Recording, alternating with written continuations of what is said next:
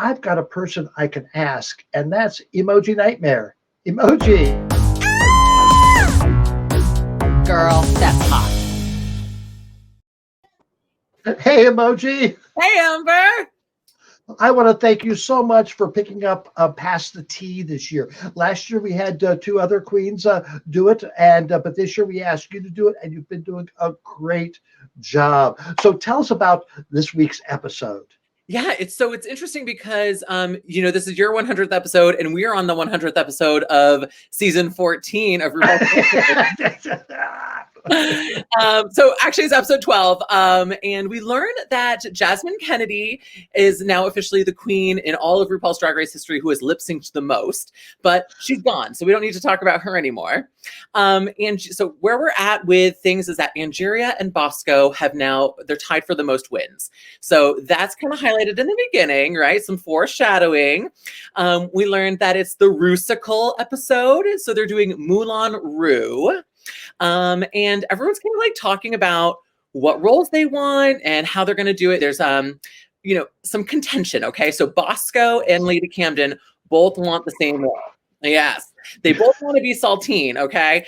And, Camden offers to flip a coin and Bosco is like, no, I want the whole room to vote on who should be Saltine. So of course I'm here for it because that's some good drama, right? The vote comes down to just 2-2, and then Willow is the deciding vote, and she chooses Bosco. Camden's pissed; she's pouting in the corner, but we see kind of a different side to Bosco, and kind of I polled my folks on Instagram. I had to see what my followers thought. If we can show, I asked people to slide the little chocolate bar over to see how unlikable Bosco was. The result here. People thought pretty unlikable, a little bit more than halfway on that one. But we get through it, right? We got to go figure this out. We learned that Georges does not like musical theaters. And I agree. Okay. This is I know it's such a divisive thing for drag queens to not like musical theater, but I don't. So I'm here for it. Anyway, Leslie Jordan, that cute little thing. He is prize director for the Rusical, and he does a great job.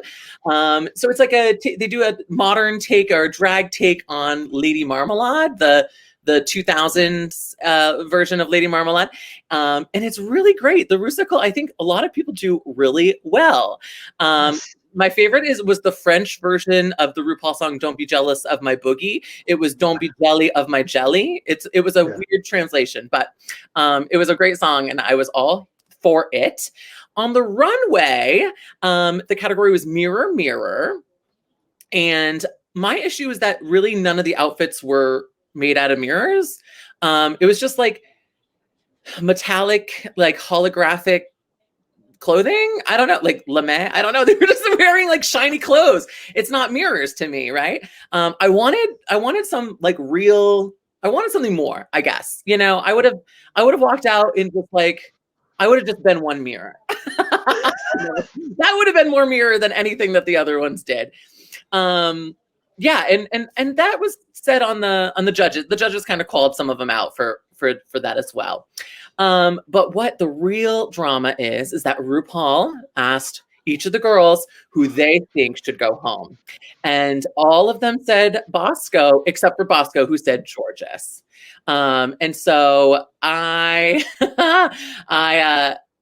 in the end, it was George and Bosco who were in the bottom, and I also polled some folks here on who they would have put in the bottom, and I think we've got the results. Oh yeah, but by the way, Lady Camden, yes, rightfully was the winner.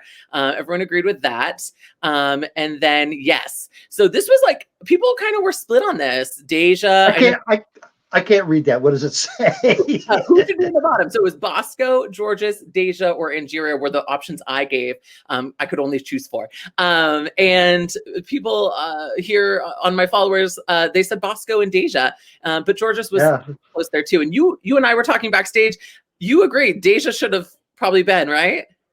Yes. Yeah. I mean, the Georges and Bosco, their performance in the Rue musical wasn't bad, and their costumes weren't bad. No. Deja, her performance was good, but her outfit from the mirror was just atrocious. I mean, So bad. I Yeah. don't think I've worn an outfit that bad on Well, let's stage. not go that far, Amber.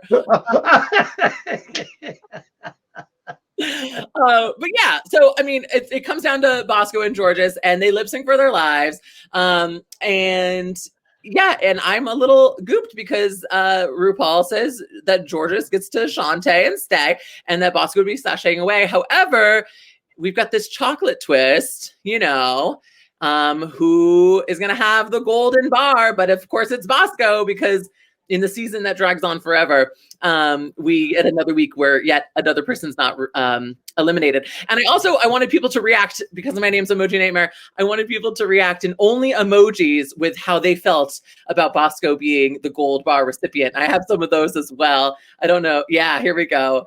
The poop emoji, pooping. I don't know if that was poop in shorts or the pants. Eye roll, mind blown.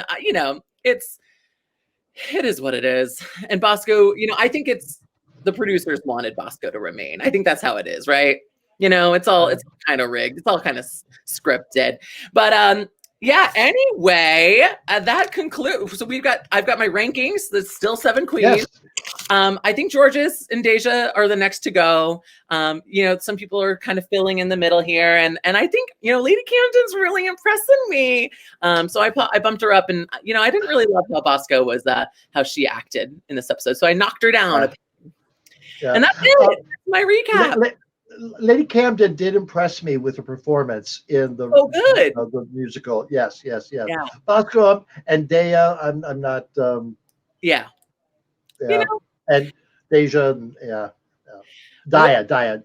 Yeah. Hopefully soon we'll see some queens get eliminated when I'm back on next week. I'll have more juice. Someone's actually gone, but we'll see. All right. Well, thank you so much, Emoji, for that's on your 100th episode. Thanks so much for having me on so much. Thank you. Love Emoji Nightmare.